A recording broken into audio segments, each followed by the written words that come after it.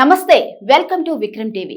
బుధవారం ఉస్మానియా యూనివర్సిటీలో పోలీసులు దాడిలో గాయపడ్డ బీఆర్ఎస్ నాయకులను బీఆర్ఎస్ వర్కింగ్ ప్రెసిడెంట్ కేటీఆర్ కలిశారు. గురువారం నందినగర్ లో నివాసంలో వారితో భేటీ అయ్యారు.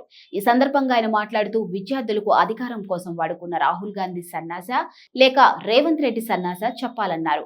విద్యార్థులను నిరుద్యోగులను అవమానపరిచేలా మాట్లాడిన రేవంత్ రెడ్డి వారికి క్షమాపణ చెప్పాలని డిమాండ్ చేశారు. రేవంత్ రెడ్డి మెగా డిఎస్సీ అని చెప్పి కేవలం 6,000 అదనపు పోస్టులతో విద్యార్థులను నిరుద్యోగులను దగా చేస్తున్నాడన్నారు. ఇక నేడు విద్యార్థులపై దాడులు చేస్తున్న పోలీసుల పేర్లు డైరీలో నమోదు చేసుకున్నారు. అధికారంలోకి వచ్చినాక వదిలిపెట్టమని హెచ్చరించారు. ప్రజలపై దాడులు చేయటమే ప్రజాపాలన అని కేటీఆర్ ప్రశ్నించారు.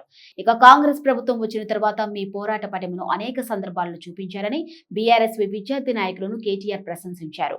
పోచారం శ్రీనివాసరెడ్డి పార్టీ ఫిరాయింపులకు పాల్పడినప్పుడు గ్రూప్ 1 మెయిన్స్ కు 1:100 పిలుపు ఇవ్వాలని డీఈసీ వాయిదా వేయాలని మీరు నిరసనలు చేపట్టారు.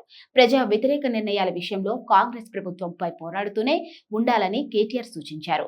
ఎల్లప్పుడూ పార్టీ అగ్రనాయకత్వం బీఆర్ఎస్ నాయకులకు అండగా ఉంటుందని కేటీఆర్ భరోసా ఇచ్చారు.